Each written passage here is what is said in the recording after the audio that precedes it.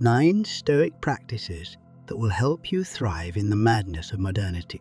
As far as you know, Stoicism is a school of philosophy that hails from ancient Greece and Rome in the early parts of the 3rd century. It's a philosophy of life that maximizes positive emotions, reduces negative emotions, and helps individuals to hone their virtues of character. Therefore, it takes time for anyone to master the 4 virtues and become a real Stoic. When Zeno of Cyprus was shipwrecked and stranded on Athens, he wasn't expecting any good to happen.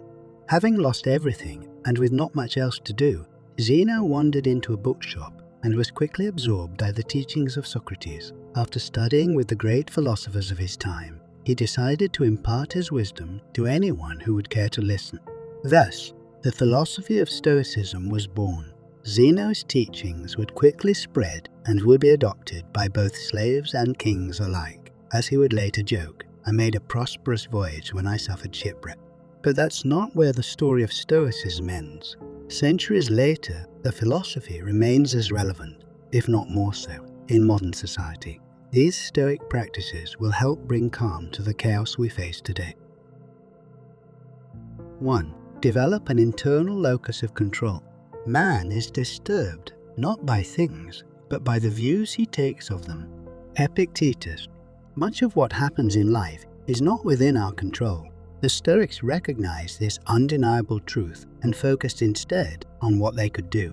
Born a slave, it would seem that Epictetus had no reason to believe he could control anything. He was permanently crippled from a broken leg given to him by his master.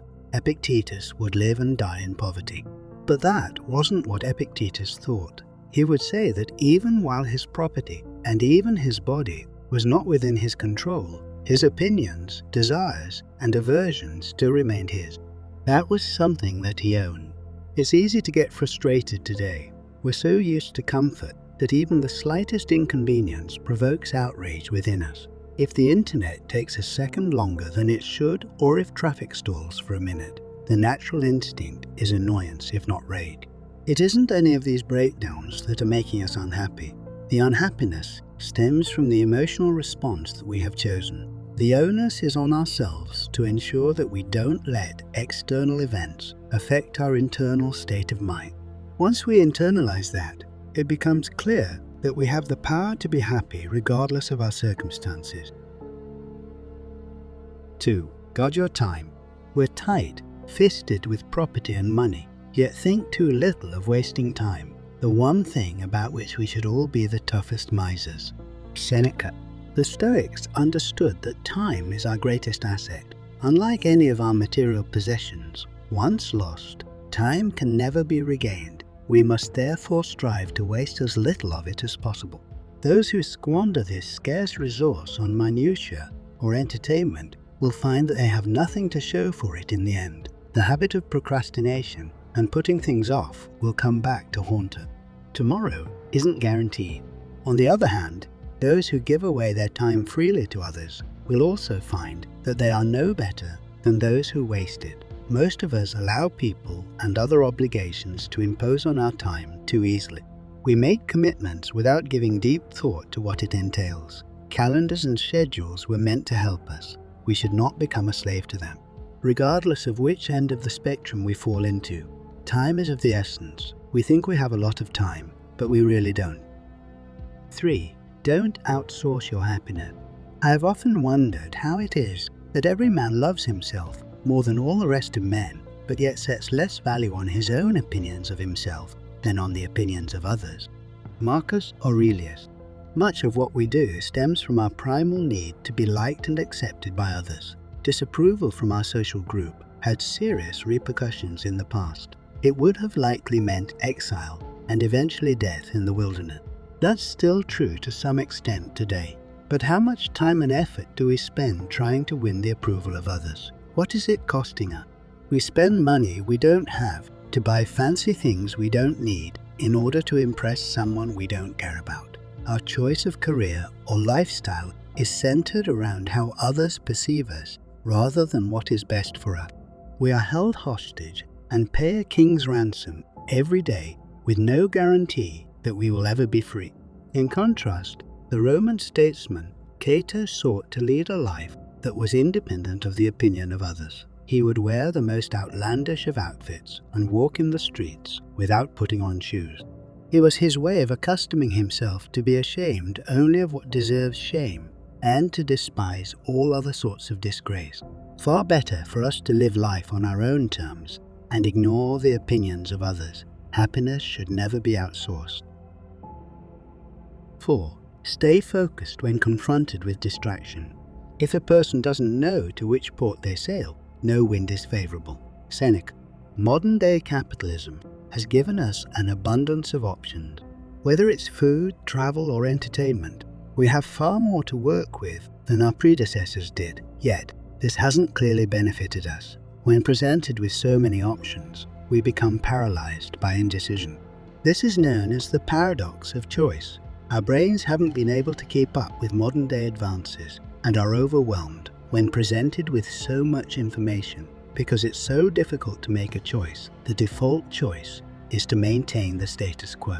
It's one of the core problems we face in our daily lives. With so many options, we never really commit to a path. We either put off making a decision or pursue multiple activities all at once. The result is that we never really make headway into anything at all. The Stoics emphasized the need for purposeful action. We must take care not to be merely reacting to our circumstances, but to live intentionally. 5. Toss away ego and vanity. Throw out your conceited opinions, for it is impossible for a person to begin to learn what he thinks he already knows. Epictetus. One of Epictetus's biggest frustrations as a teacher was how his students claimed to want to be taught, but secretly believed that they knew everything. It's a pain all teachers know, and most of us would recognize. At the heart of it is ego and arrogance. The thought is that we've learnt enough and are better than our contemporaries. Nowhere is such thinking more dangerous than today. The information of today is not only insufficient for solving the problems of tomorrow, but can very well be the obstacle to sharper thinking as well. We are in an age where we're merely one step away from being disrupted in virtually every industry. Even in ancient times, Marcus Aurelius has remarked, "The universe is change. Life is an opinion." This is why the most brilliant minds of today spend a good portion of their time reading. They understand that there is always wisdom to be gleaned, whether from the past, present, or future. We would be wise to do the same. Always stay a student.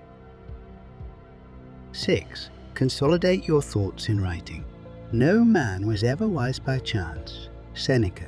Of the many things we can do daily, none are as important as looking inward. The act of self-reflection forces us to question ourselves and examine our own assumptions of the world. It's how the answers to some of the world's biggest questions have surfaced. Keeping a journal remains one of the most effective ways for mindfulness. It boosts creativity, increases gratitude, and serves as therapy all at once. The benefits are numerous. Your thoughts and feelings become clearer in writing than in your mind. The Stoics were well aware of that. The most powerful man in the Roman Empire, Marcus Aurelius, would dutifully take the time to record his observations and feelings, whether at war or in peace. It's what we know today as meditations. While everyone from athletes to entrepreneurs benefit from Marcus Aurelius's wisdom today, it is clear that the biggest beneficiary of his writing and thinking was himself. The clarity of thought and accountability brought by his journal kept him virtuous when anyone in his position would have likely erred and become a tyrant. Take the time to journal. It's not difficult and the rewards are immense. 7. Stand your ground. In doing nothing, men learn to do evil. Cato.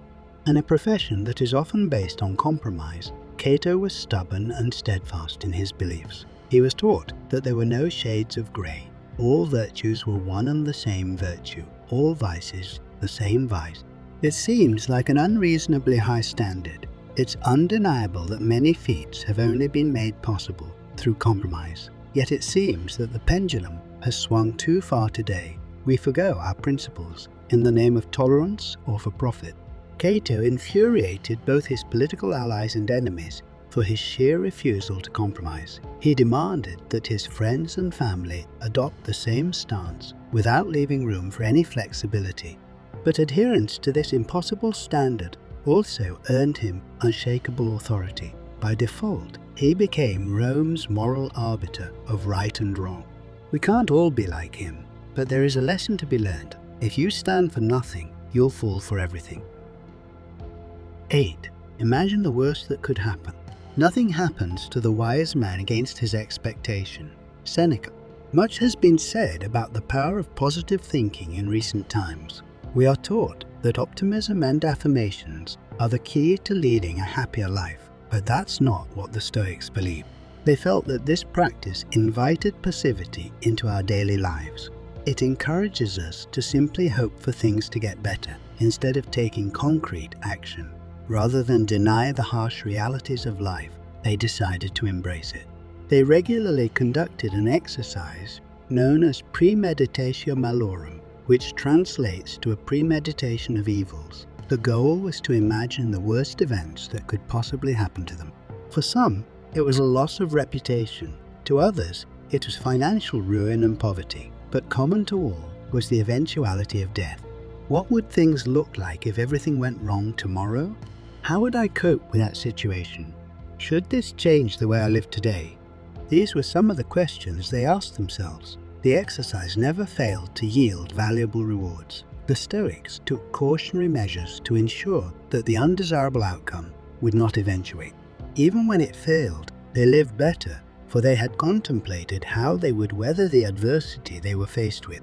We should be brutally honest with ourselves and never be afraid to confront reality. That is the best way we can prepare for success and be ready for failure. 9. Remember that nothing endures. Alexander the Great and his mule driver both died, and the same thing happened to both. Marcus Aurelius. In the grand scheme of things, none of what we've achieved matters. It's a sobering thought. We all experience the world like we are at the center of reality. That creates an illusion where our importance is inflated. We see ourselves as the protagonist in our own story. But the truth is, this perception exists only in our minds. Everyone around us walks around with a similar mindset, but each of us are insignificant in the long run. Even the brightest minds, such as Edison and Newton, would eventually be relegated to a footnote. There is no need for us to conform to irrational expectations and external pressures. Neither do we need to chase accomplishments in the hope of building a legacy. None of us these things last. All that matters is we live life on our own terms. It is the only way we can truly say that we have lived a good life.